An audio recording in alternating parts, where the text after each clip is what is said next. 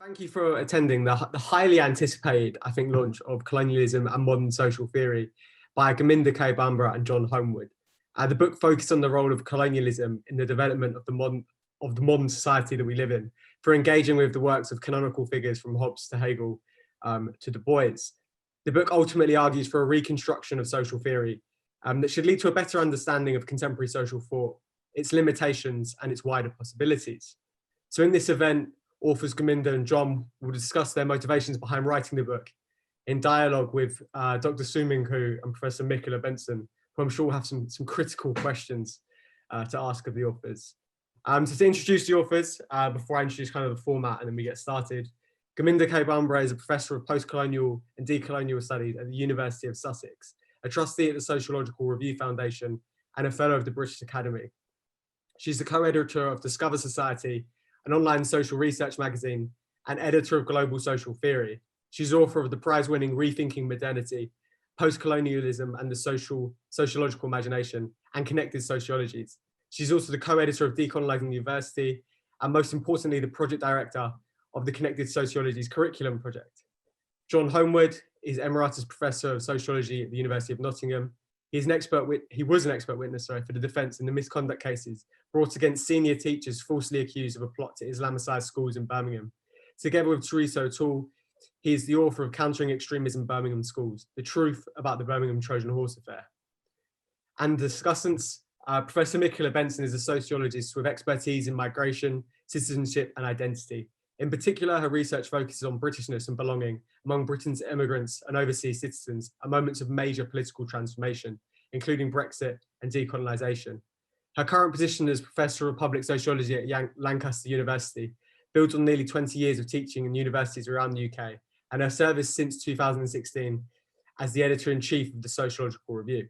She's published several academic monographs, including The British in Rural France by Manchester University Press, Lifestyle Migration and Colonial Traces in Malaysia and Panama, co-authored with Karen O'Reilly for Palgrave, and numerous other journals.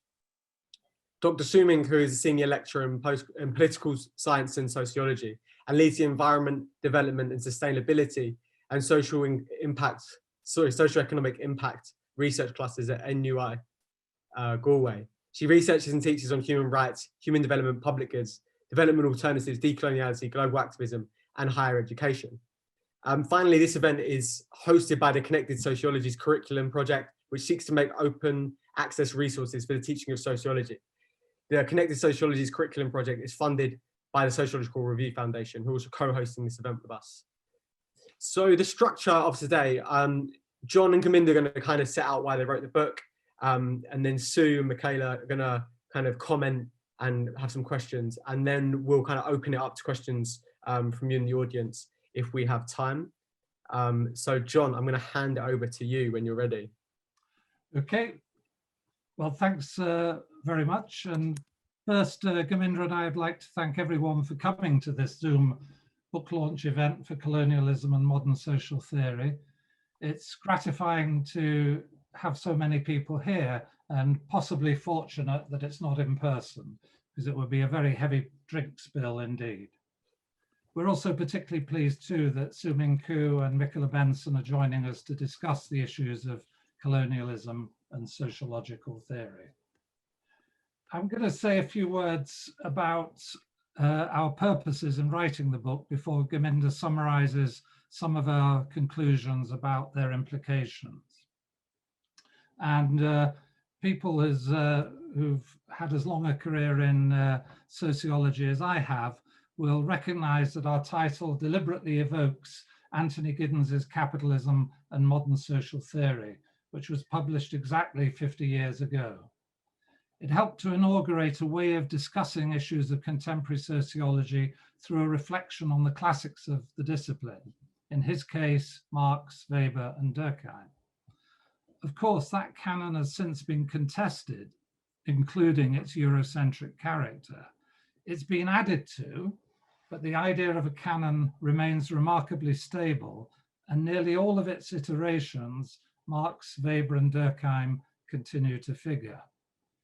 In addition, most sociology programs in Europe and North America are organized through a compulsory course on classical sociological theory as a precursor to a discussion of issues of contemporary relevance.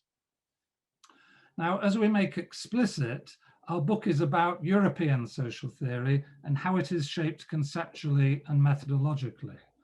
Specifically, it's about the absence of colonialism and empire in sociological discussions of European and global modernity. It's also about the consequences of that absence in terms of what we argue to be the malformation of the European sociological tradition, or perhaps more properly, European sociological traditions. We're not seeking simply to add colonialism and empire to the repertoire of sociological concepts, but to show how existing concepts, whether of the individual subject, the nation state, social class, or the idea of an unfinished project of modernity, and thus of the very idea of sociological critique, can be seen to be problematic even in their restricted domains, once colonialism and empire are properly acknowledged. Of course, there are many important issues that lie outside the scope of the book, issues of how colonialism was experienced by those subject to its violence, or alternative futures to those conceived within European thought, for example. But our focus is specific and more limited: the deconstruction and reconstruction of European social theory. Hegemonic constructions are necessarily criticized from the outside, but they also need to be criticized from within. And that's, if you like, the purpose of our book. And what surprised us when we began to write the book was that in the 50 years since Giddens wrote, and notwithstanding multiple other presentations of the classics, there has been no book that systematically applied the classics to the issues of colonialism and empire that formed the context of the development of European social theory. And here we confronted another surprise. Colonialism and empire have been absent from nearly all secondary treatments of the canon and have remained so until very recently. But they were not absent from the writers we discuss, even if they were not central to their concerns. Our first task then was to explain this double displacement. How did classical social theorists write about colonialism and empire in a way that enabled their significance to be elided? And how best to demonstrate the process by which that elision took place? And it was as an answering these questions that governed the organization of the book and the writers selected for consideration. So where we start from, that is after a preliminary explanation of our purposes in the book, is the role attributed to different stages in the development of society and how modernity is distinguished from pre-modern types of society.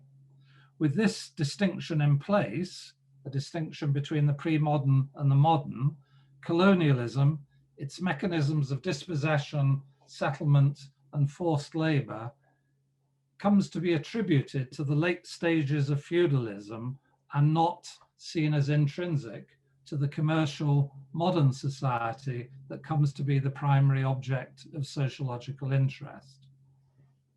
And in the book, we set this process out in the development of modern social theory from Hobbes to Hegel, with the Scottish Enlightenment in between. A theory of possessive individualism, for example, is widely understood to be a precursor to European capitalism, despite the fact that it arises most specifically in the context of justifications of European colonialism. And most significantly for the subsequent development of sociology, the idea of a transition from feudal aristocratic society is also central to Tocqueville's idea of modern political democracy and the society of equals that he presents as a main feature of modernity. But he presents it alongside racialized domination in the US and in Algeria and in other French colonies. So one has both the mechanism by which colonialism is effaced alongside its recognition and its location as a moment in the transition to modernity rather than modernity itself. And in this process, this is one of the ways in which the fact that modern European nation states are simultaneously imperial states, or at least as they develop, they become imperial states, is taken as given and not connected to the colonial ventures that preceded their consolidation as empires. The nation state and its forms of political legitimation, for example, are the focus and legacy of Weber's work, while Durkheim discusses questions of social integration and human values separately from empire. And this is so despite the fact that this, when Weber and Durkheim are writing, this is at the height of empire and at the moment before the conflagration of imperial powers in the First World War.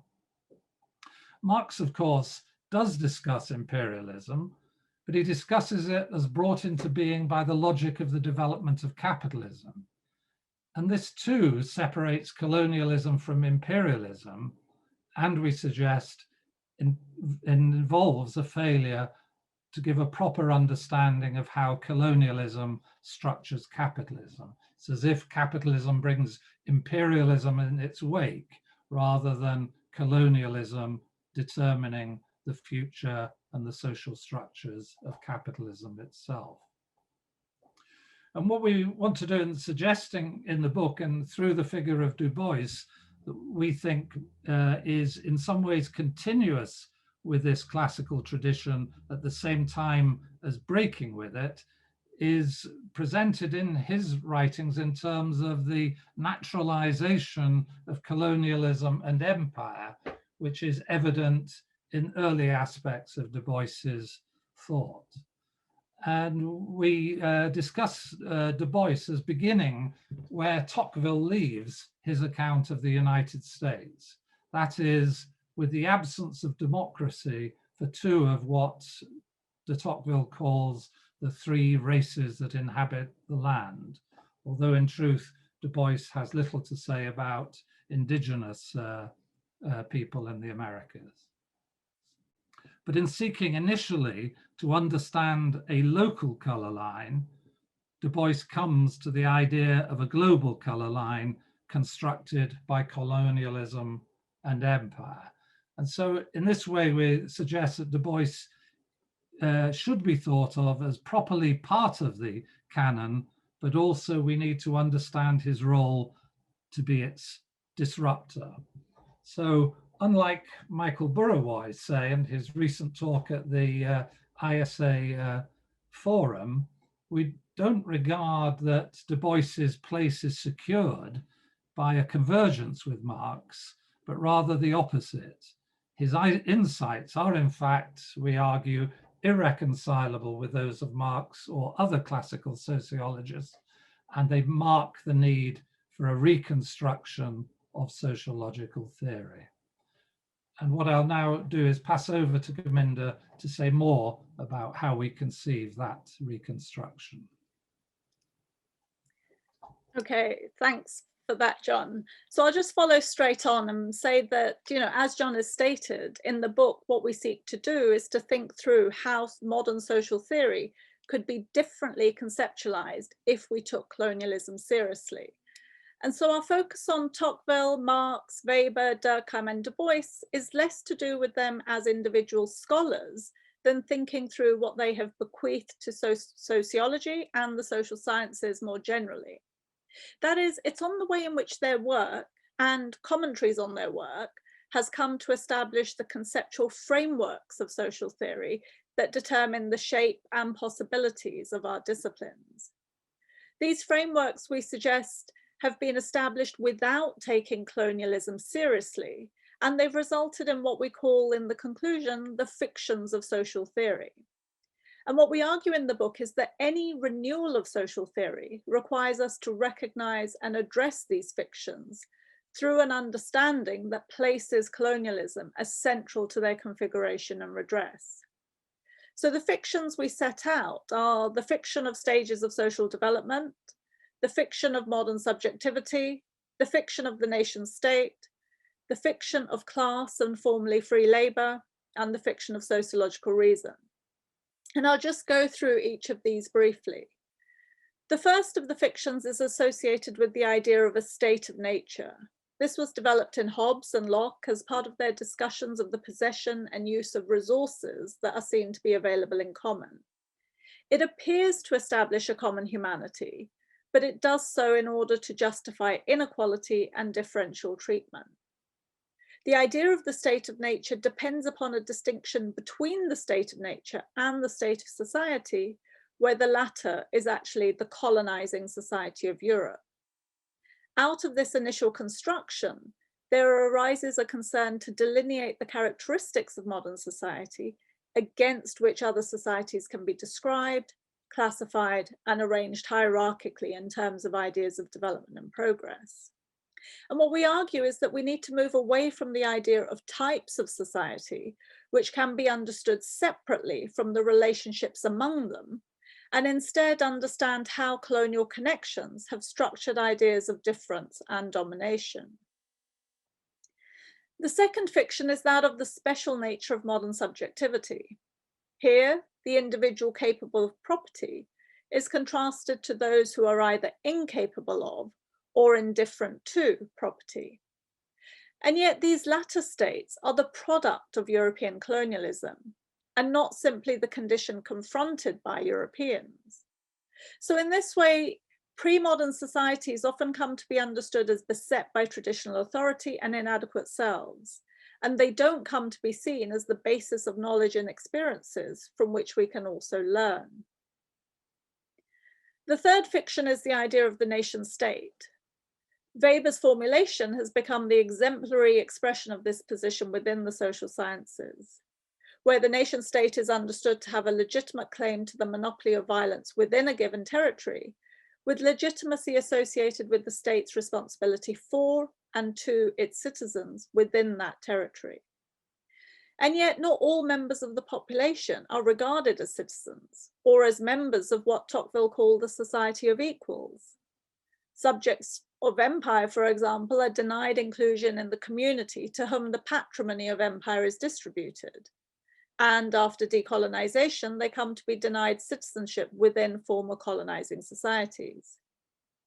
This is the context in which those who share a common political heritage of empire are now represented as immigrants within its metropoles, and as such have come to be presented as threats to the solidarity of the nation and its social contract. The fourth fiction is that of class and formerly free labor. Marx recognized that modern society was developing as a society of unequals, that is, as a class-divided society. The class division that Marx described depends upon the centrality of formerly free labor and the commodification of labor power within capitalist modernity. This role is called into question, however, once we understand the colonial and imperial nature of modernity. Commodified labor power does not develop as the central form of capitalism, and moreover, capitalist nation states are able to divide their populations between national citizens and colonial subjects. As Du Bois noted, this then provides possibilities of the decommodification of labor power within the metropole by using colonial patrimonies in the provision of welfare and other collective goods nationally that are denied to those in the wider empire. Karen E. Fields, a recent translator of Durkheim, states, and I quote, "Unreasonable divisions of humankind seem to be born from reason itself, not from its opposite." And this leads me to our final fiction of sociological reason. It's perhaps easy to understand that Enlightenment thought has its darker side, and even to consider sociology as being both within and outside that tradition. However, sociology's task cannot only be to reveal that darker side, but also to consider its own implication in its construction. Understanding sociology and the social sciences more generally as historically formed would place them into conversation with those represented as other and open it to learning. This is not a form of relativism, and nor is it an argument for multiple perspectives, but rather we're making an argument for a transformation of our own perspective as a consequence of learning from others. Colonialism structures European modernity as well as European thought, and in consequence, recognizing its significance as an opportunity as well as a necessity to practice sociology and the social sciences differently. So I'll leave it there. Thank you very much for that, Gurminder. I'm just going to hand over to Sue for Sue's questions and comments. But I also wanted to say I saw a couple of hands raised. But if you have any questions, it'd be great if you could put them in the Q&A box and we'll get to them at the end. Ideally the Q&A box, not the chat box, because it becomes a little bit difficult to read in there. But Sue, I'm going to hand it over to you now. Okay, thank you so much. It's very exciting to be at this launch, and I'm very excited by this book. So I really want to humbly thank John and Gurminder for inviting me to read it and comment on it, because it's an incredible resource, which I am immediately going to adopt for my course in social theory. But it's not going to be an easy adoption, because it's a really challenging book. It challenges us to renew sociology and social theory. So it's an invitation to a very, very big piece of work, which is an honor to join in and accompany other sociologists in rethinking and renewing our own canon and the canon that we teach, but at the same time thinking about our complicity. So lots of duh moments when I'm reading this book on what I myself, as someone who's been teaching social theory and sociology for years and years, have been complicit in doing something which has been frustrating me for the same number of years. So it's been very eye-opening to read this book and to think about what it means to adopt it and to teach with it. So first of all, then, it's this post-colonial intervention into the construction of modern social theory in its canonical form, pointing to this main problem of modern social theory, which is its amnesiac nature. It's failure to remember the significance of colonialism or to connect to that significance in a meaningful way. Now, this is an introspectively critical intervention that treats making connections not as an addition to the canon, but as a reconstitution of the canon. So I really love this phrase Gurminder coined about what decolonial thinking is about, or decolonial theorizing is about, thinking about difference in a way that makes a difference to what was originally thought. So it's not just about the difference or the other, but it's about making a difference to the original canon of thinking. So this is really a major contribution that this book does for modern social theory. And this opens the way then to decolonization as a moment of radical rethinking and restructuring, and towards thinking about solidarity and the work of sociology in accompanying this building of solidarity or imagining of solidarity as first and foremost taking place through difficult conversations that unearth uneven power relations, to quote good friend Sarah Salem, on thinking about what transnational feminist solidarity in a post-colonial world would look like. It's kind of like a political work as well as an intellectual work. but it's quite a pragmatic book in many ways, because it's about starting with the canon and opening up the canon to its own silences, and thereby opening social theory to this more reflexive and relational approach. So that's the first point that I have. The second point that I wanted to build on was to answer criticism that I saw potentially about this discussion in the book, which was that this is a decolonial discussion that focused too much on the metropolitan perspectives, the perspectives of the colonizers. Now, Gurminder and John have both ably pointed out that that wasn't the objective of the book. Yeah, the objective is not to start from an alternative geographical place or a different historical experience, those experiences of the colonized areas, or their treatment as, or highlighting or spotlighting their agency. It's really the point of this particular decolonial intervention is first and foremost address the complicity of social theory in its own canonical form with cultural imperialism as a kind of a groundwork, a first thing that we have to do. Yeah, before we connect it with what happens elsewhere, we have to deal with something that's made here by us, and what we as sociologists and other social theorists have an everyday complicity in re-inscribing and re-canonizing a form of cultural imperialism, which is what Bourdieu and Wacquant call the cunning of imperialist reason, yeah, in their reworking of Hegel's philosophy of world history. So by which to say cultural imperialism is not a special different topic for social theory to study in week 11, but it's a problem of modern social theory's own commonplaces, its own notions or theses with which one argues, but about which one does not argue. So we should start arguing about what it is, right? Because the effect of the commonplaces through this repeated global circulation of the canon, the Marx, Durkheim, Weber, as an apparently universal practice of doing theory, neutralizes their real historical context.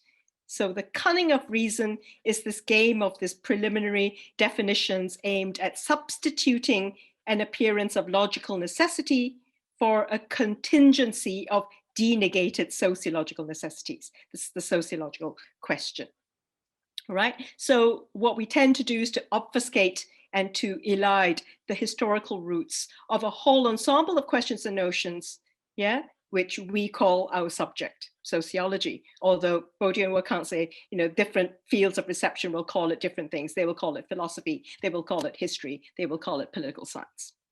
So that's the broader stakes that are necessary stakes. It's not just recognizing marginalized cultures or marginalized epistemes by the academic canon, it's rethinking the academic canon itself. And to point to and analyze the social mechanisms by which a sort of false universalization takes place and that we are part of it, reproducing and spreading this false universalization that takes place through elision and silencing and absence. So what they do is to rehistoricize the centrality of colonization and the colonization of Americas in particular as foundational to these commonplaces that we circulate in sociology. Okay, do I have another minute? Yeah, if you want one. Yeah, okay. So yeah, I just want to reflect on why this makes a difference to me personally, as someone who really struggles with teaching social theory, though I really love it as well, is reflecting on, having taught sociology and social theory for 20 over years, how reading the different chapters in this book have helped me to overcome a feeling of being very stupid when I'm trying to teach this stuff. And when I tried to teach this canon of social theory, the Marx, Durkheim, Weber, to which Gurminder and John have added to Tocqueville and Du Bois, as well as the prequel of Hobbes, Locke, and Hegel, is that the whole reasoning itself is trickily non-straightforward. So this is this cunning of reason thing. And I realized as I was reading the chapters that, this background of colonialism is the story about reason in the context of dispossession that begins with this rise of capitalism in Europe. It's spread elsewhere through colonialism, imperialism, and the origin of double standards and an enfolded and self-contradicting logic that make theory not straightforward and theorizing much more like cunning than like reason, and therefore really hard to teach in a good faith way. So, I do thank you for that. And I also look forward to having further conversations about the further ideas of double standards and unfoldings, because I think that the color line and the global color line, national and global, is very important and central to understanding the coloniality of thought. But also there's a gender line and a nature line, which are further possibilities for us to think about. So thanks so much. That's great, thanks, Sue. I'm just going to hand over now to Michaela, and then John and Gurminder will have a right of reply, if you like. Okay, nice to see you all, everybody, and thank you very much, Gurminder and John, for inviting me to comment on the book and to read the book, as well as to Sue for those fantastic comments. What I really liked about the book, there were so many things to kind of take away from it. I mean, it's very well written, but I also really like the way that the book shifts to looking at the deconstruction of European social theory by focusing on how colonialism kind of was eluded by this project of constructing modern social theory. And I do also think what's really important about this book, and I know that John and Gurminder have emphasized it, and so has Sue, is that it offers a way of thinking about how we might reconstruct modern social theory to actually engage with the colonialism that was central to the production of modern societies. So I can see how this critique, while uncomfortable and quite unsettling, probably not only to students and teachers, but also to the broader sociological community, I can see how this could be and should be integrated into how modern social theory is taught as a way of offering to students another way into thinking about the limits of canonical thinking and the exclusions that this reproduces. In particular, the book focuses on how race, a central feature of the social structures of modernity, is absent from these canonical works, and links this to how colonialism is at best marginalized and more often absented from understandings of the modern world, even though it played a central and constitutive role within it. So we get a very, very clear picture through the pages of the book about how modern social theory really is deeply entangled with colonialism, while at the same time being complicit in absenting it. And I think, I mean, I really, when I was reading the book, I was thinking back to my own undergraduate training in modern social theory and the kind of dryness of those texts on Marx, Durkheim and Weber. And, you know, knowing that these were compulsory, but never really quite being shown why those even mattered, actually. And I think that that's a kind of an important point to take away. So I think that actually the kind of the playful, I'm going to call it a playful structure of the book, which does take those predominantly dead white men as its kind of central focus, really does lend itself well to becoming compulsory text on many of those courses. But I want to emphasize here that the argument at the core of this that Sue's already described as being, you know, quite challenging is so much more than add colonialism and stir, which I think, you know, would be a real disservice to the book if people were to walk away from today thinking that that was what the book is.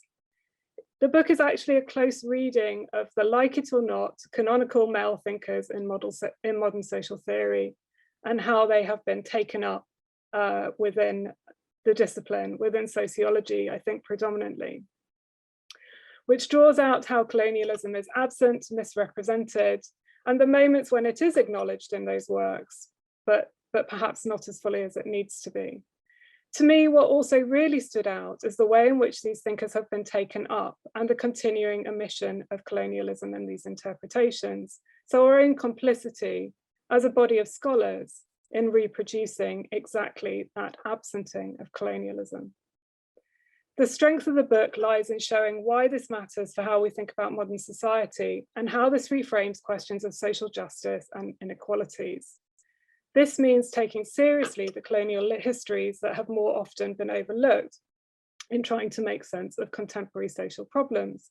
So it really lays bare why this reconstruction matters at this point in time. But beyond a teaching text, I think that this book really throws down a gauntlet to sociology today. And in turning to this, I actually want to reflect on the trajectory of the work that led to this book, both through both authors' bodies of published works, but also through the public sociology initiatives that they've been involved in. Among them, Global Social Theory, Decolonizing the University, Discover Society, and Connected Sociologies. I actually think it's important to read the book in the context of those broader projects. So it doesn't emerge in isolation. All of these initiatives encourage us to think otherwise, drawing on other thinkers, other knowledge, but also thinking about the contextual production of theories and concepts we work with, not with the aim of displacing them, but recognizing their limits and how they might be connected with other histories, theories, and knowledges to shape the sociological imagination differently. I would characterize this approach in terms of opening up the sociological imagination. This requires agility and curiosity, but it also means allowing ourselves and our knowledge to be unsettled and to work reflexively with this. But importantly, these public sociology initiatives were envisaged as collaborative and collective projects of communicating a different sociology, a sociology otherwise. And while Gurminder and John have been instrumental in putting in place the building blocks and curating the content, they have also opened up these projects to a community of scholars in ways which should inspire us all. So back to the book. In many ways, I see this new book as part of this broader project. It's just one piece of a bigger jigsaw, and there's a lot to be gained from thinking about this within that context. It offers a starting point for thinking differently. The challenges for us lie in how we take this up in our own practices and projects. In other words, this too lays the foundations for a new way of thinking about, working with, teaching and practicing modern social theory.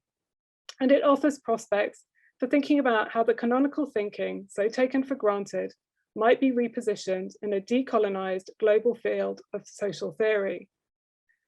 And it's to this broader project that I now turn.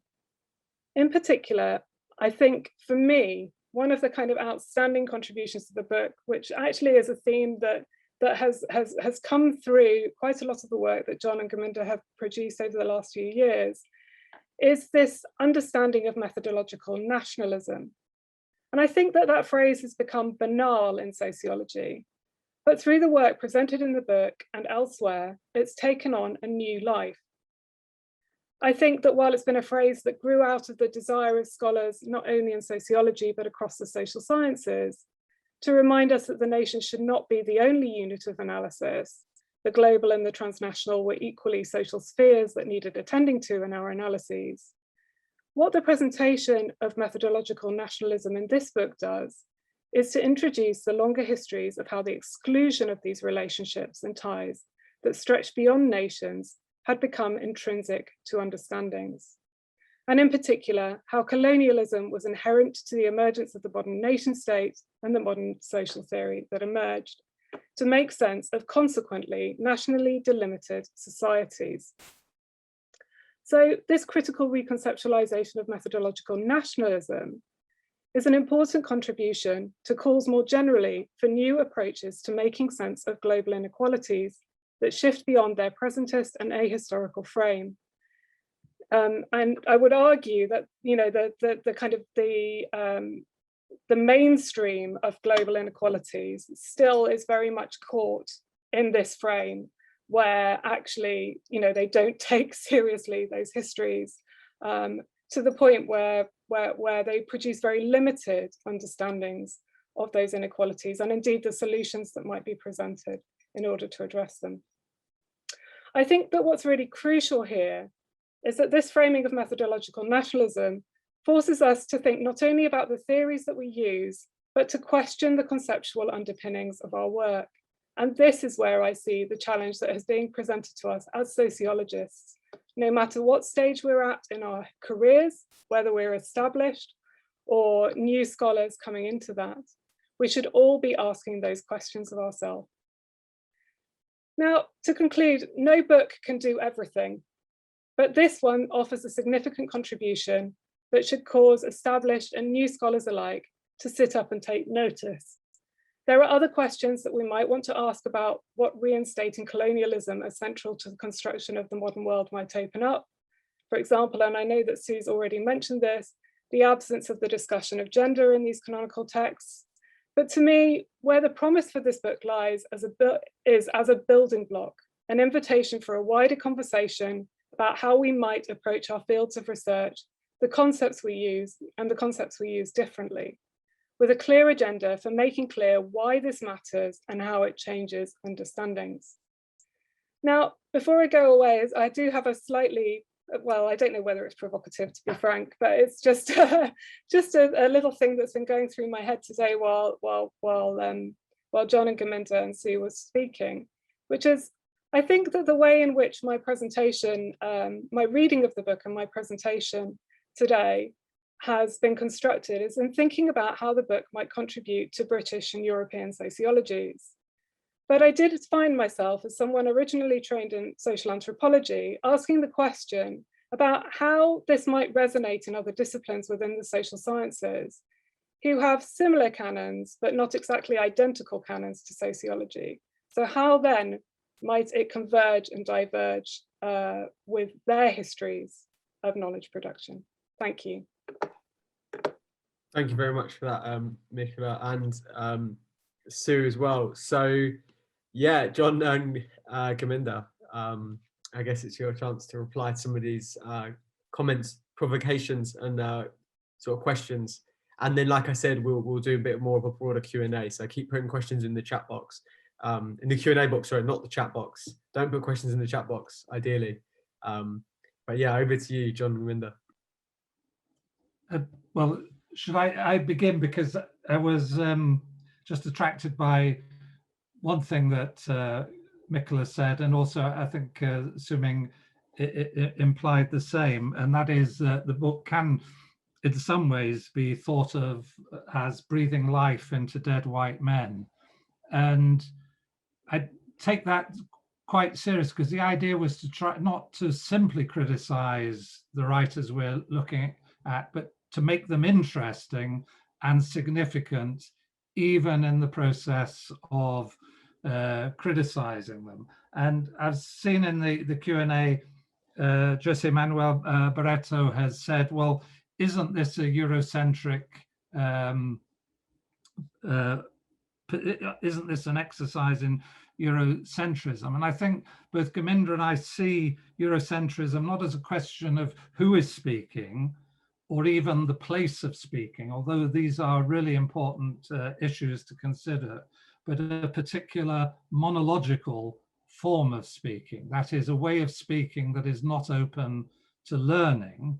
And for us, the process of being open to learning requires self-understanding. And so part of the problem is that if we think of European social thought in universalistic terms, and we wish to deconstruct it, then we have to, in a sense, open up a space of self-understanding to create that possibility of looking outwards and learning from others. And in a way, that's to recognize different places from which people are speaking, and to remove or seek to remove some of the asymmetries in the construction of knowledge.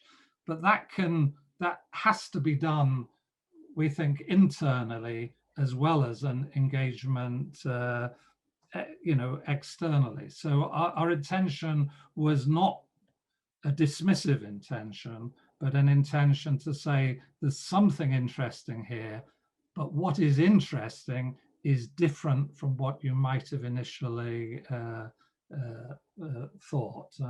And that's the the sense of it as a creating a conversation or creating a dialogue.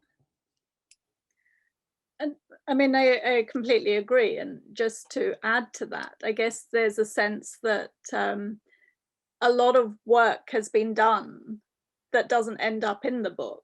So it's not as if we haven't engaged with post-colonial theory, decolonial theory, learned from theorists and theories from elsewhere and engaged with that work in other publications and so on, and drawn the insights of that with citations and references within this book as well.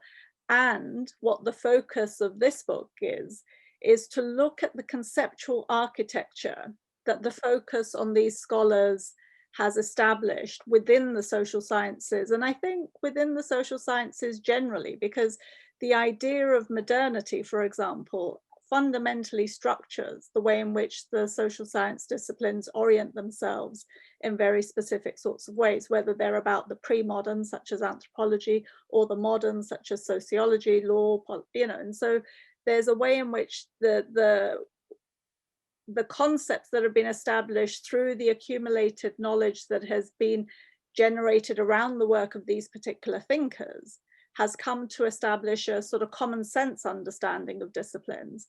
And in part, what we want to do by focusing on these particular figures is to also show a light on how what they have done collectively, or the way in which the disciplines have built on their work, has established a particular conceptual architecture that we also think is in need of transformation. So it's not about who said what, but actually how do we reconceptualize the discipline as a whole?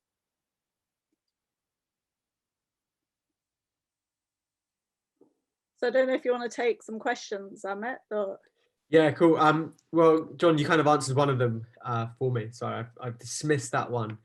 So on to the next one. So quite an interesting question from Chris. Chris says, when you talk about Marx, I guess within the book and just generally from the discussion, are you talking about the way in which his social theory works in his own work, in the writings and practice, or how he's interpreted? Because Chris argues that his writing is far more sophisticated than it's given credit for in the way people interpret often. Well, we certainly credit Marx with being sophisticated. We're sort of conscious, of course, of how the secondary literatures have written about Marx and other writers, but we are writing directly about the texts of our chosen authors. So we are discussing Marx's arguments about colonialism. We have discussion about his arguments about slavery and the transformation of plantation economy. So these are crucial issues addressed within Marx, and still we're arguing that what is taken conceptually from Marx is the figure of the capital-labor relation, and particularly understood through the commodification of labor power. And we're suggesting that colonialism is part of the explanation of why Marx's expectations about the future of modernity are not realized in the way he sets out. So in all our discussions, we're not seeking to knock down, easy arguments. We're seeking to be generous to the positions that we are criticizing in order to get the maximum purchase for the ideas, the critical ideas that we're developing against them. So I would say, yes, we do answer the sorts of questions that Chris is rightly raising, as that all authors are more sophisticated and nuanced than they appear within secondary literatures. And I guess just to add, I mean, it is this aspect of what difference does locating these authors in an understanding of the colonial histories that were present at the time, what difference does that make to the way in which we read them? So it's to sort of look at both what it is that they have said about colonialism, because some of them have spoken about it, but the secondary literature often doesn't pick up what it is that those authors have said. But also, if we were to locate these authors within the times in which they were living and think both about what they did talk about and what they didn't talk about, and how what they didn't talk about was also significant to the theories that they come to develop, then how could that enable us to rethink what it is that they're saying in terms of those sorts of acknowledgements and silences? And so in that sense, it's very much a conversation with these thinkers and a location of them within those histories to try and see what needs to be done differently as a consequence of this. Okay, great. Michaela or Sue, did you have anything to say on that? Or all good? Okay, great. Another question, which I think, to be honest, is probably open to you all, which I think is quite interesting, is it possible to define the disciplinary project of sociology without mentioning the concept of the modernity and modernism, or are these things kind of inherently intertwined? Well, I would argue that sociology as a discipline emerges as a reflection on the processes that come to be identified as modern. So sociology as a discipline is quite distinct in the sense that it both emerges during what's understood as the period of modernity, but also emerges as an attempt to make sense of these changes, and the way in which it recognizes particular histories but not others come to construct its very frameworks, so that the Industrial Revolution and the French Revolution come to be central to framing the way in which modernity is understood. And there's an absolute failure to understand colonialism and imperialism that is coextensive with these other sorts of moments. So those sorts of absences are structurally there within sociology, and I don't think that we can expand or transform our understandings of sociology without taking seriously its focus on modernity and its failure to recognize colonialism as the need to transform it. So to me, these issues are integral.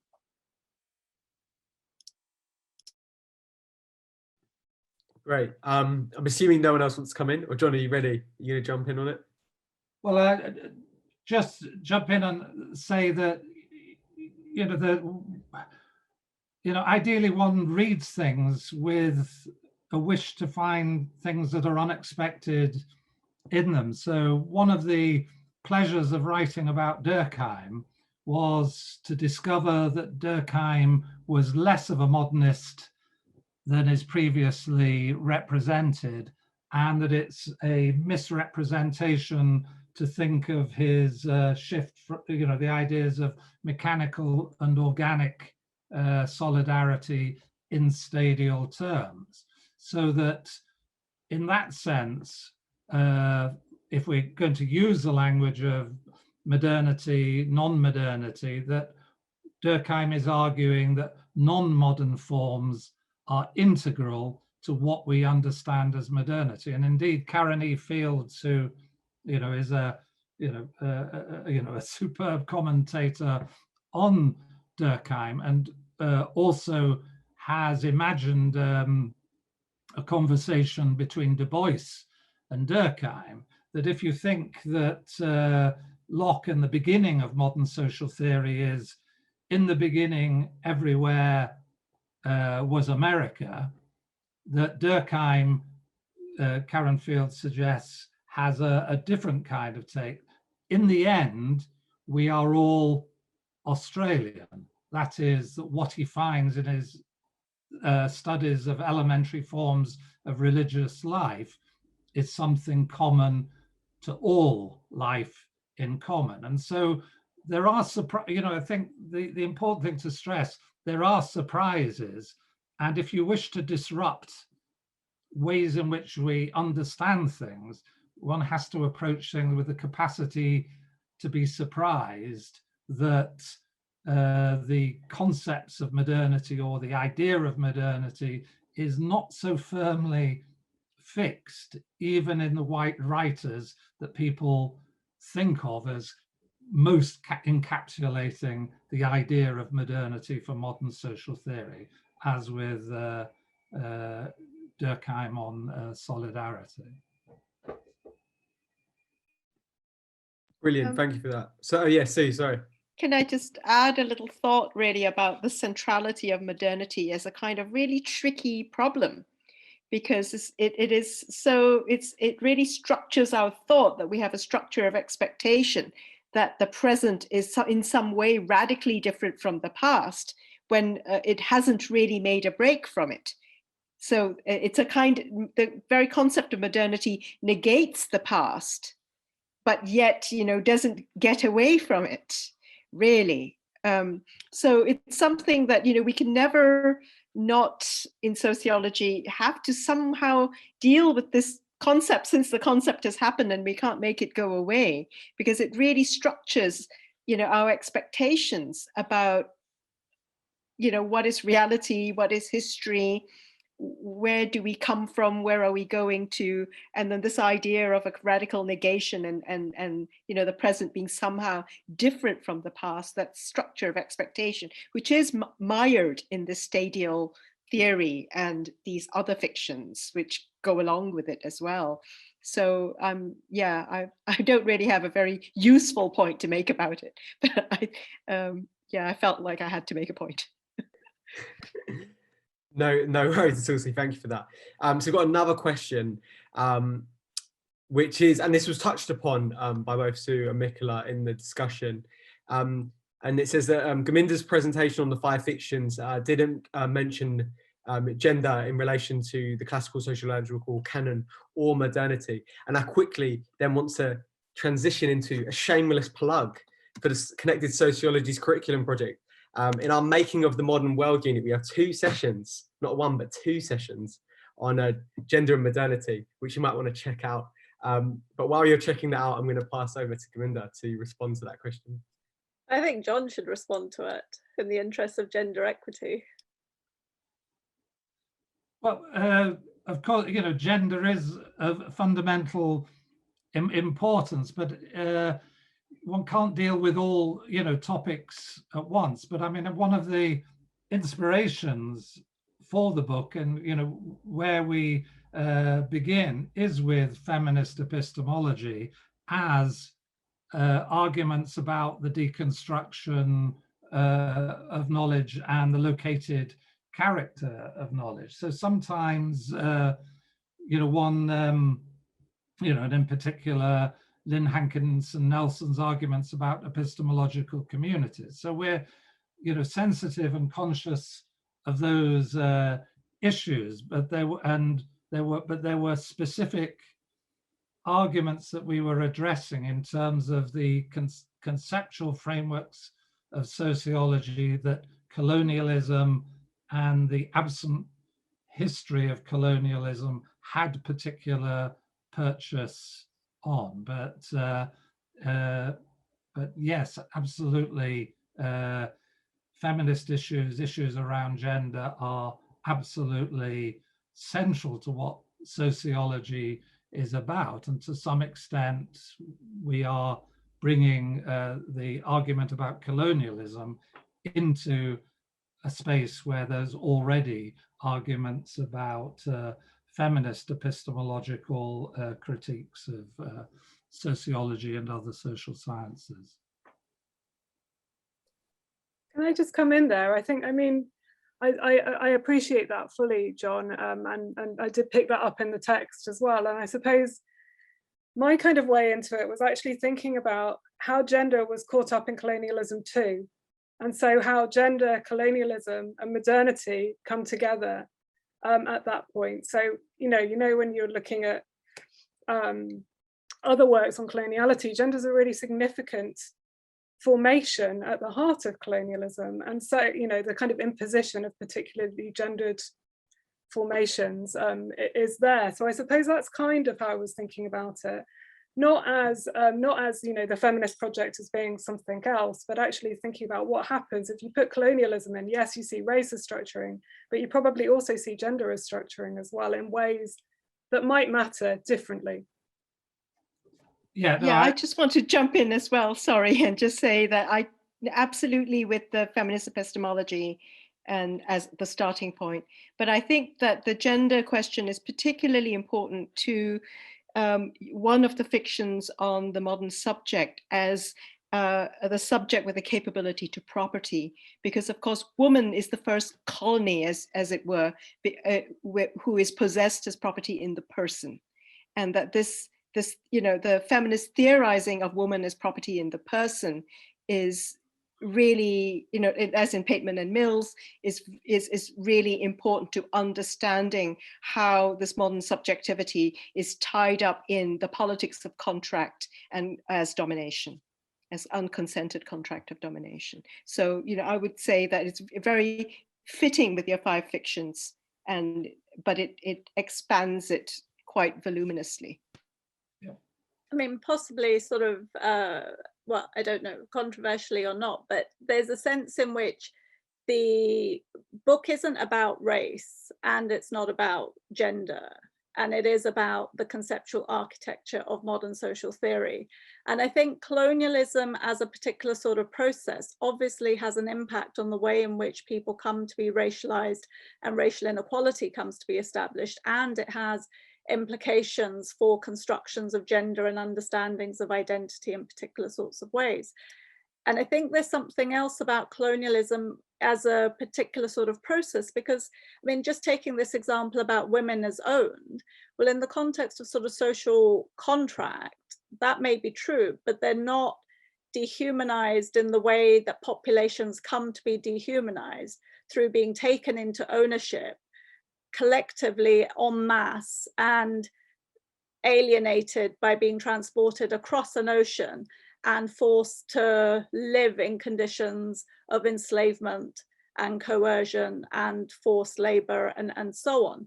And so in a sense, thinking about the structural processes associated with colonialism and how they've established inequalities within the world that aren't internal to communities, but are actually between populations and between communities, and how that's come to establish a sort of form of inequality globally, is something that was the focus of what we were doing. And that's not to say that other people shouldn't do other sorts of work in relation to that, but it wasn't something that we sort of forgot or neglected. It's something that isn't how we conceptualize the project that we were doing.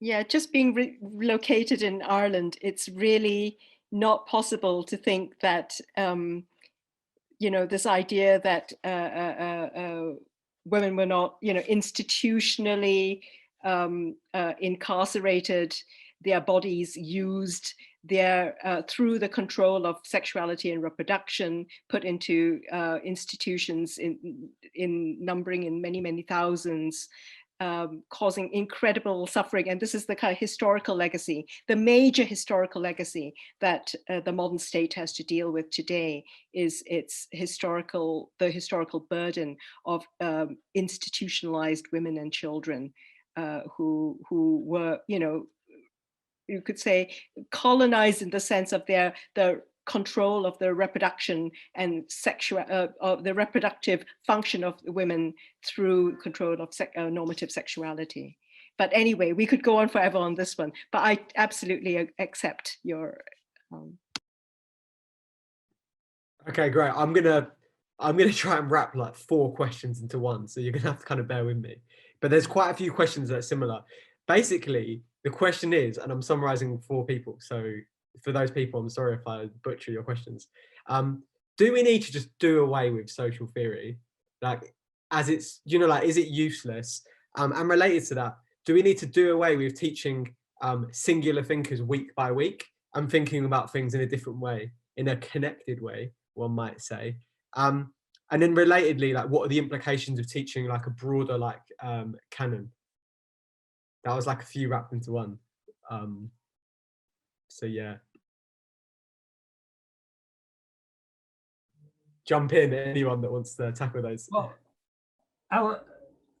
you know, there are many ways in which one would wish that one didn't have to start where one is, but the problem is one could do away with the teaching of classical social theory. That's absolutely the case, but it's interesting that it hasn't been done away with, despite the fact that I think it's not done very well, and I include not done very well by myself in a previous life. That is, it has become a part of the curriculum in which there's certain kinds of ways in which the discipline represents itself.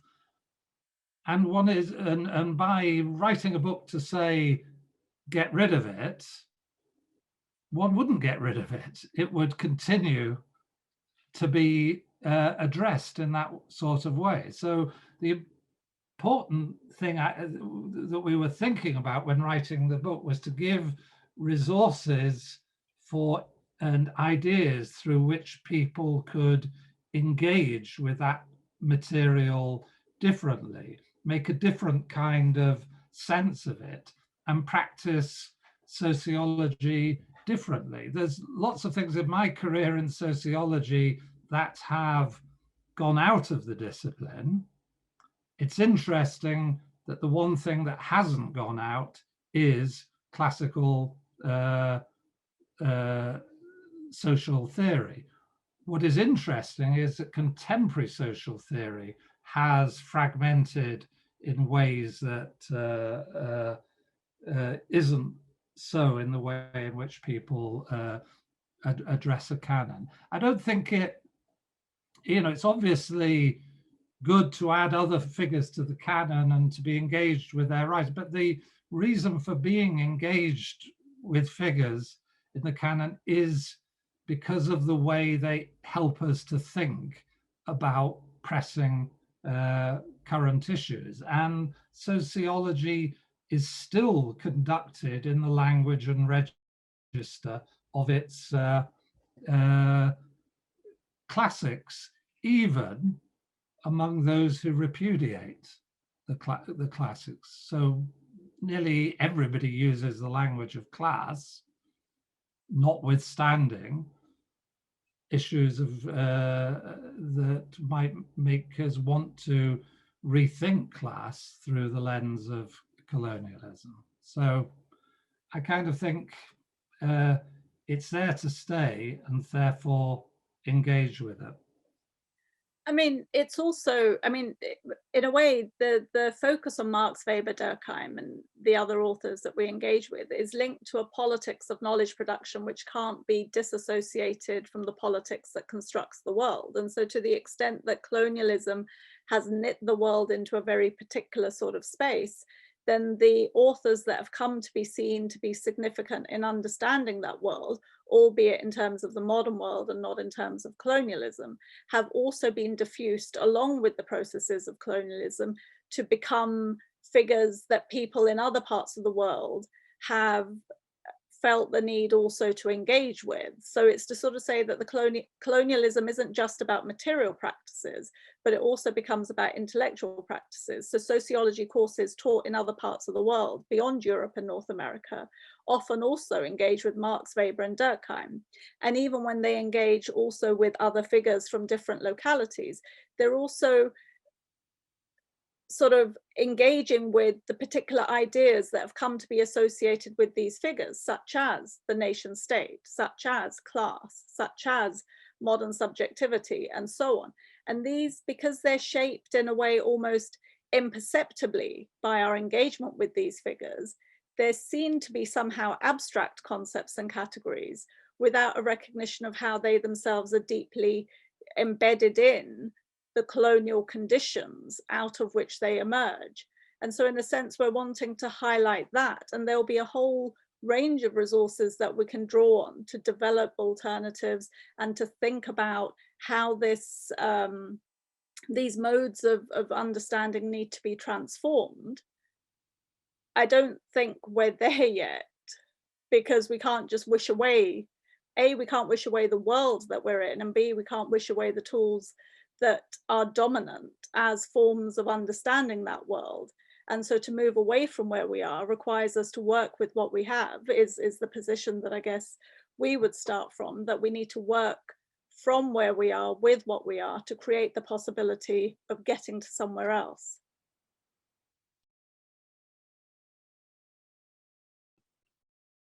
Yeah, that's great. I'm going to move on then, just because we've got quite a lot of questions to try and work our way through. To come in, this one's to you, but I think it could be broadened out if people want to answer. But how does the work kind of presented in the book dovetail with the project of decolonizing the university? Do you think that this broader canon must be introduced only in the university, or should it begin at school level? Lastly, many former colonies such as India do not acknowledge the presence of colonial influences in their education, both at school and at university level. How could this rethinking of social theory be decentered from Britain and other European countries and brought to countries like India? I mean, I think people elsewhere have been doing a lot of this work in their own particular ways and so on. So it's partly an issue that we here in Britain and Europe, perhaps the West more broadly, haven't necessarily understood the extent to which how the worlds within which we live have been shaped by those broader processes of colonization. So the countries that have been colonized aren't ever allowed to forget the fact that they've been colonized and that they've been shaped by the colonial relation. Here in Europe and in Britain, we react so strongly against the idea that Britain has been made by colonialism. And one of the reasons we react against it so strongly here is because if we accept that we have been made by colonialism, and we accept that colonialism is problematic, to put it euphemistically, then what would the consequences of that recognition be in terms of how we engage in the politics of the world in the present? What would we need to repair or provide in reparations for this inequality? And so I think in that sense, again, it's not straightforwardly that this book is a standalone book, but it's part of many initiatives, conversations, and processes of how we rethink the modes of knowledge production, as well as the world as it tends to be described as having come into being. So it's that aspect of putting history at the center of our understandings and thinking how a focus on colonial histories would enable us to think about other aspects of knowledge production differently.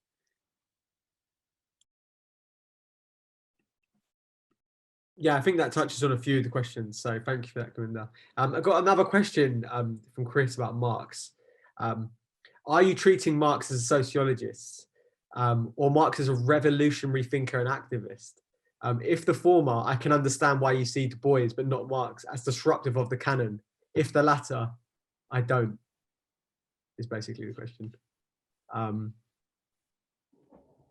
Well, it's, I mean, we see Marx as both, but we are discussing modern social theory, so discussing Marx in relation to modern social theory.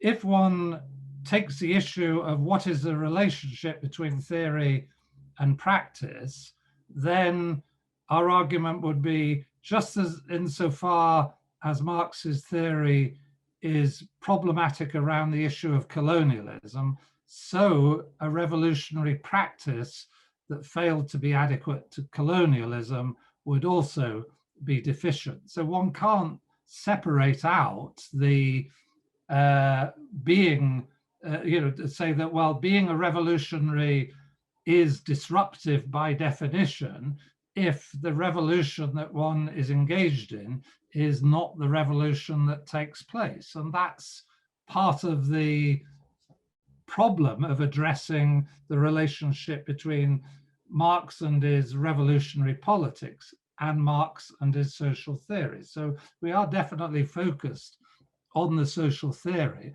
but we don't think there's a solution by going to the politics, because the social theory and the politics are connected, and in part the problem lies in the heart of Marx's social theory and the way in which he organizes politics in terms of assumptions about capitalist modernity and, in effect, the progress of a proletariat defined in Eurocentric terms. That, I think, would be the Yeah, thanks for that, John. Also, that's a nice segue with the Eurocentrism into another two questions that I'm going to put together, because there's a couple of questions basically thinking about different social theorists and some of the questions, I guess, raised in the book and in this discussion. And the first one is that Brian Turner seems to deal with the Orientalist discourses, post-colonial issues that power and knowledge spectrum. His studies overlap with Said's Orientalism and cultural imperialism. Could we see Turner as a significant and informed social theorist in regard with the decolonization of social theory?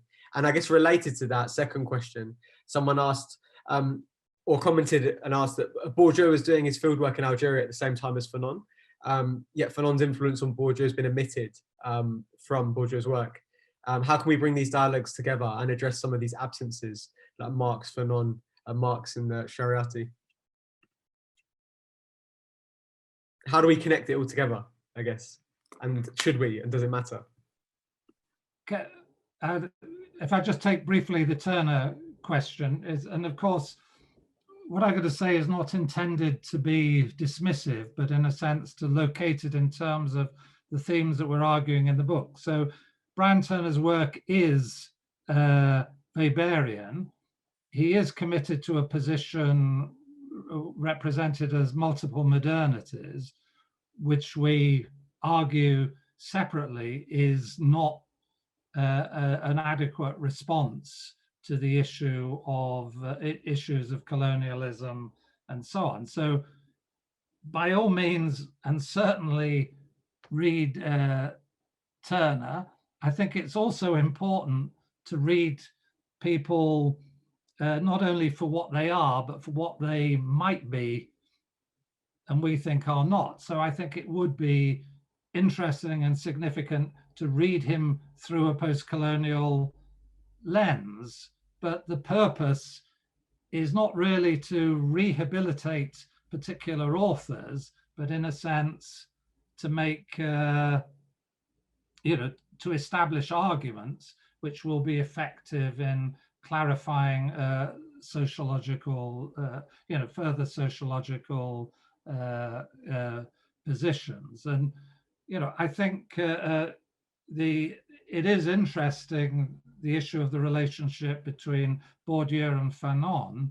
I think what it's an indication of is the relation of France and Algeria and the problem of the particular form of French colonialism and the way in which settler colonialism was so close to Europe, and indeed within Europe, in the sense that Algeria was integrated into the idea of the French polity, but integrated in a settler colonial fashion. So I think that the issue of Fanon and Bourdieu speaks about how the boundaries of Europe are really problematic. And although we discuss colonialism, modern colonialism, as in a sense, empire at a distance, it is also empire at a distance which is very close and seeks to incorporate colonized and settled peoples within the national polity. So I think there is a problem of France within our self-understandings of Europe, which is a different problem to the problem of Britain within self-understandings of Europe. Great, cheers for that, John.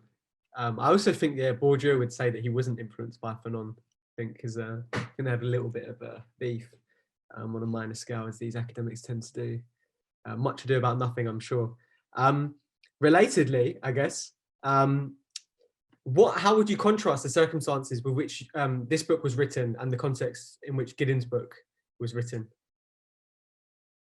Gurminder, if you'd like to come in on that, because we've heard enough from John for now. Well, I mean, when Giddens's book came out, we hadn't yet joined the European Union. We've now left it. So there's a whole sort of 50 years of being part of a different sort of project. And it's sort of interesting to think about it in those terms in a way, because one of the arguments that, you know, many of us have made and thought about is the way in which the fact of Britain entering the EEC in 1973 was one way of it refusing to have to deal with the processes of decolonization that were going on. And so shifting from empire and commonwealth and facing the loss of empire and moving into the EEC meant that Britain continued to have a role in the world in a way that didn't necessarily reflect what its status now was or then was as a consequence of having lost its territories elsewhere. Now at the point of leaving the European Union, there's a sense of, you know, that within the initial discourses, there was all this stuff about, oh, well, we're just going to redo Empire 2.0 before they realized that Empire 2.0 might not be the best way to try and establish trade deals with these countries which were now independent. But it shows a sort of longevity of thought about Britain's place in the world, its relationship to other places, and how it's now having to face a very different sort of context where it's not part of the European Union and it doesn't have an empire or commonwealth in the way in which it imagined itself to have. And so it's this shift from, or to this idea of being a small island. You know, Andrea Levy has this novel about small island called Small Island, in which there's a sense that the small island could be the island in the Caribbean from which the protagonists come, but they soon come to realize that Britain has become the small island because Britain doesn't actually recognize that these people who've come from other parts of empire were nonetheless part of that particular polity. So perhaps it's a more stark world that we're facing, or a need to reflect on that history is starker now than it was, because there was a sense in the 70s of still believing in the possibility of being something other than who we are. And now we can't quite maintain that fiction. I don't know, do you want to add anything to that, John? No, but I think it is interesting to note that when Giddens wrote, it's in the immediate aftermath of decolonization movement. So the situation in Rhodesia, Zimbabwe, South Africa, you know, these are very vivid moments at that point in 1971, and they're absent from the book. And I think by and large absent from British sociology, except insofar as they're brought into British sociology, as Gurminder is suggesting, either from emigre academics from South Africa or from Caribbean and so on. So I think it's that is a particular aspect. And Giddens is really focusing on the issue of the modernization of Britain, overcoming aspects of its what one might call its unmodern past through social democracy and so on. So it's a formative moment in British sociology, and we can see now, as Gurminder was saying, that the post-colonial and the decolonial context of Britain was central to it, and yet it bypassed sociologists formed within Britain as the narrow nation. Great, thanks for that, John. Michaela, I've got a question for you. And someone said basically that your point about the relative relevance of these discussions with other related social science disciplines, such as social anthropology, as you mentioned, development studies, geography, is an important one. So I guess the question is, could you say a little bit more about placing in time and space concepts like subsistence, indigenous livelihoods, and so on, and how they can be brought into like sort of teaching practices? I don't know how much more I can actually say, but I think that what I was remembering, I was kind of dragging up some of the knowledge that I have suppressed since moving from anthropology into sociology. And I was thinking particularly, I mean, I know that there is that kind of characterization of social anthropology as being about pre-modern societies, but there was an entire European turn at one stage. And at the center of that European turn was a discussion around the relationship between, well, it wasn't a discussion about the relationship between tradition and modernity. It was actually a discussion around those concepts and what work they could do in anthropology, as well as kind of discussions around the kind of temporal positioning of communities who didn't resemble the modern society around us, around Europeans, and you know, as somehow back in time. So that kind of stadial approach that you were talking about. And I know that, you know, particularly in the UK context, anthropology and sociology are quite distinct from one another as disciplines.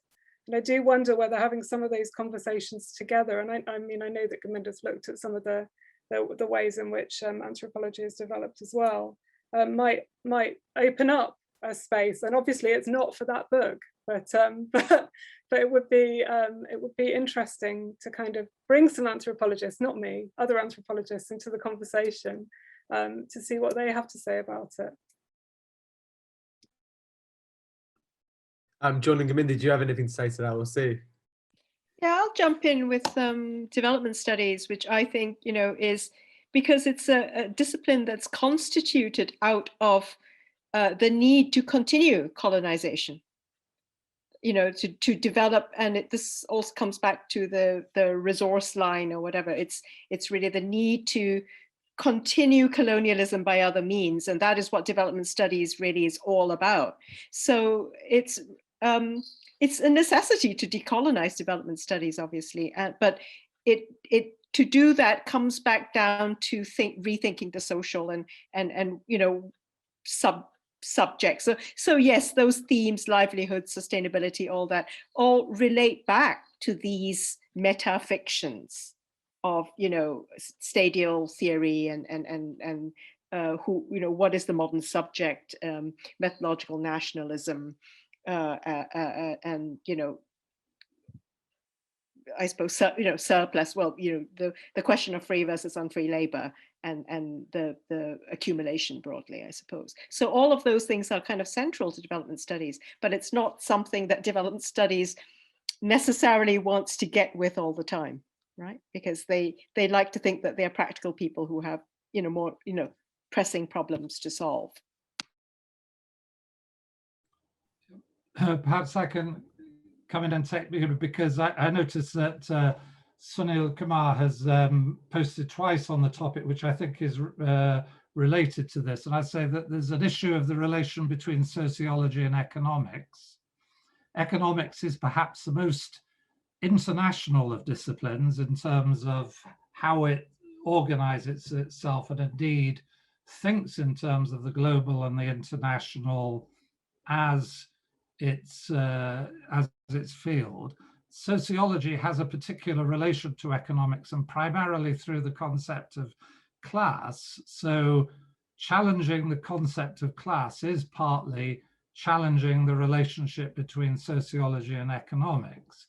And that does mean, I think, a different way of looking at global inequality than the way in which Piketty and Savage look at it, which is very much in terms of an international division of labor and cross-national comparisons. And as Gurminder has argued elsewhere, those cross-national comparisons elide the fact that the entities were imperial entities with political processes and economic processes related to the construction of empire. So what does it mean to compare inequality between India and America or India and Britain without recognizing that Britain and India were part of a single entity, one of which was appropriating resources from the other? So the inequality in India is not separate from inequality in Britain, and that approaching these issues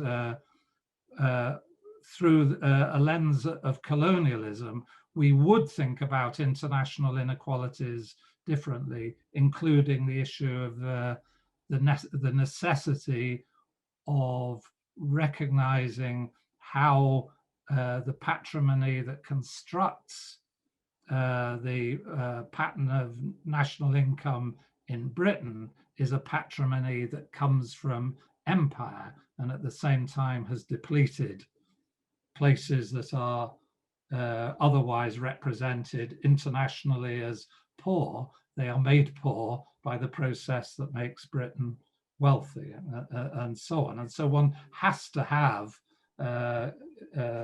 conceptualization of empire as a political and economic organization. And that means going beyond the class critique of economics, which in sociology is still done within national terms. Just to add as one final thing in relation to that, in terms of how this politics is to be challenged, that is the politics that's associated with the standard understandings.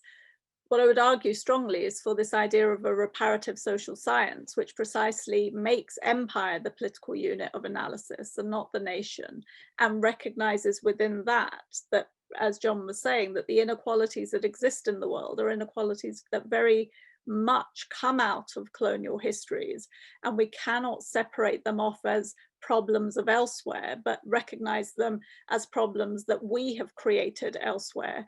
And then what would it mean for us to take responsibility for the creation of those problems and work through a more adequate lens of reparations as a way of drawing connections between different places, and then think together about how these are to be addressed.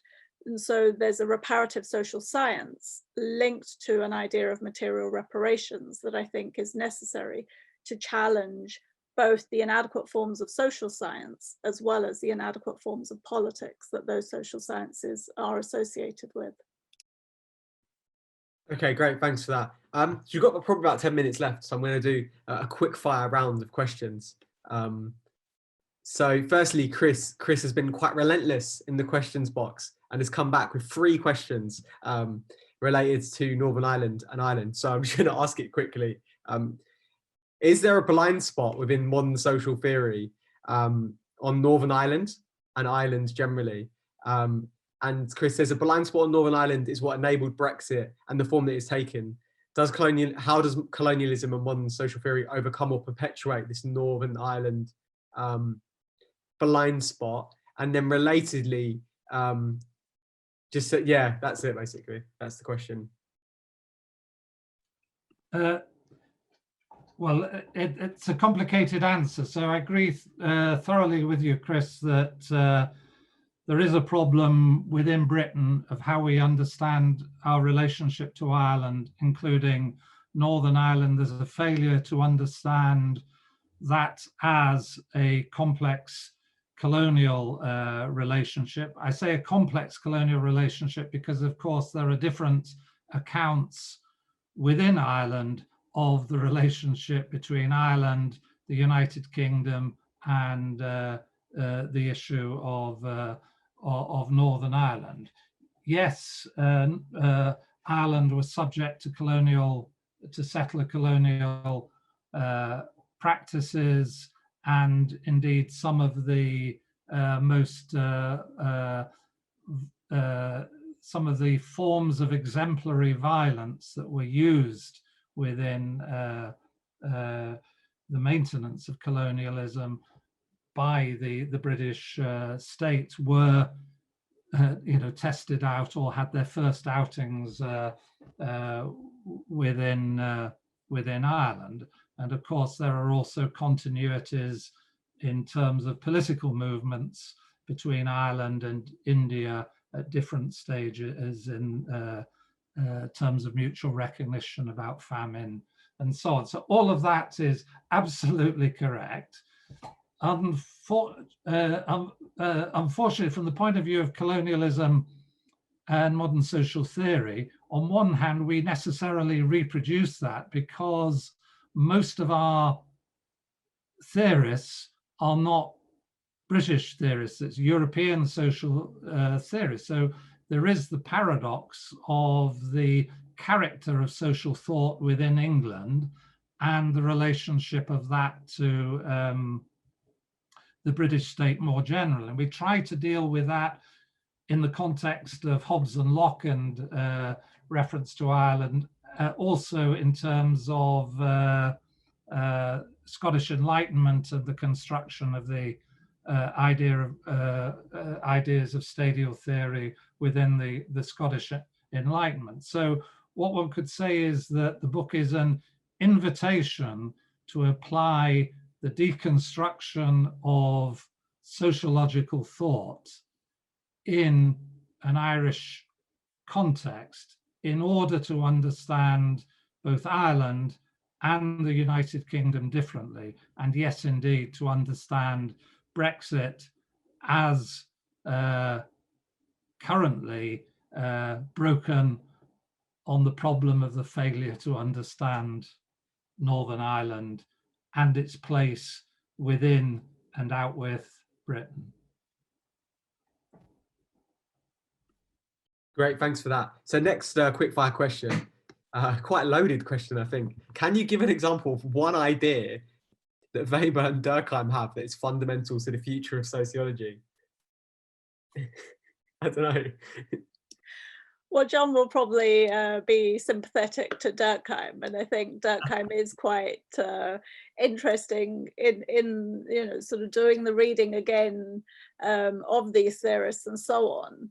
Although Weber, I think, is probably responsible for most of what I would suggest is inadequate about the social sciences. And so the commitment to a Weberian analysis is what has been deeply problematic and not enabling the discipline to actually develop and transform itself, because the key concept or the idea of ideal types has been one of the ways in which the discipline almost structurally prohibits the possibility of learning from others, because if a challenge is made to something that's central within an understanding or that has been constructed as an ideal type, the response is, oh, well, you can go and construct your own other ideal type somewhere else. This has got nothing to do, your critique doesn't impinge upon what it is that I said because you're coming from a different context, or this is a different thing. So there's almost an inbuilt refusal to learn within a Weberian sociology, and that is antithetical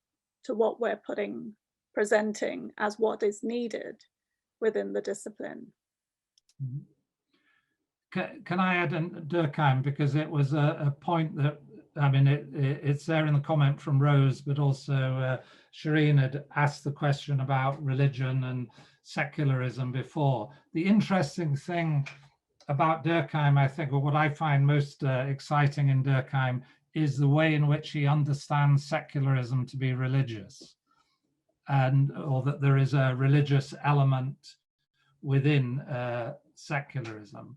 And in consequence, he opens up the space for thinking about the relationship between religion and secularism, not as a relation between two forms of two different forms of thought, but as an interfaith dialogue.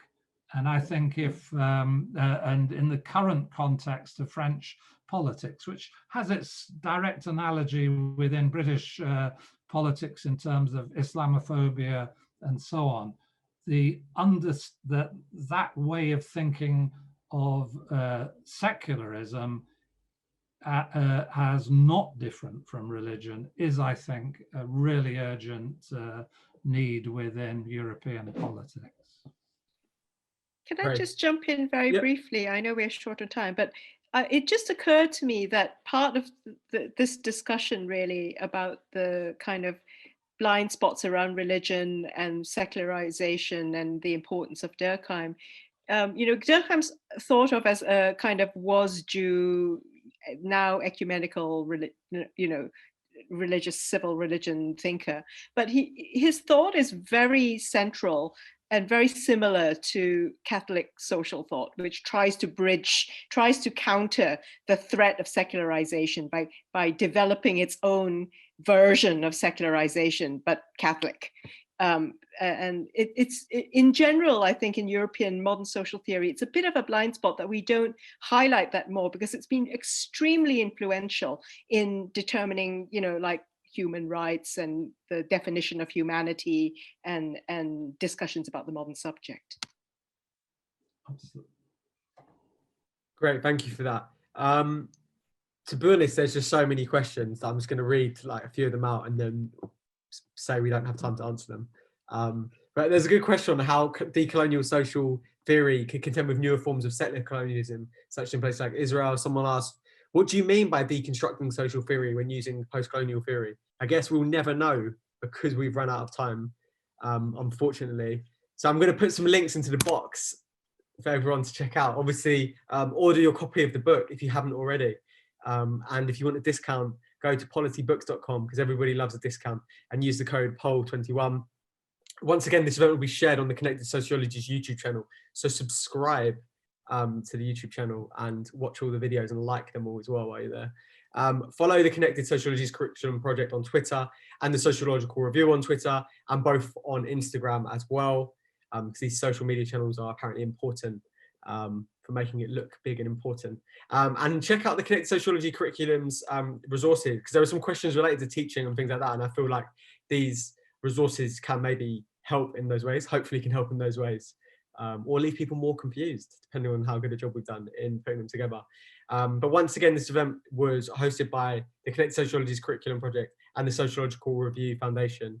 And yeah, I hope you enjoyed it, and thank you very much to Gurminder and John for writing the book and coming to talk about it, and also Michaela and Sue for giving up their time to act as discussants. And obviously thank you all for your questions, and apologies that I couldn't get to them all. I did my best, but it's like, juggling many plates.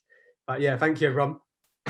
And just to say thanks from me and from John, and it was really great for you to read the book and to comment on it, and for all the questions. It's sort of exciting to think about how we can develop these conversations over time and pick up on many of the things that people have suggested that we still need to do, because there's always much to do. So thanks so much for coming, and we'll see you. Have you got the slide, Amit, that you could put up? Bye. Thank you. Bye.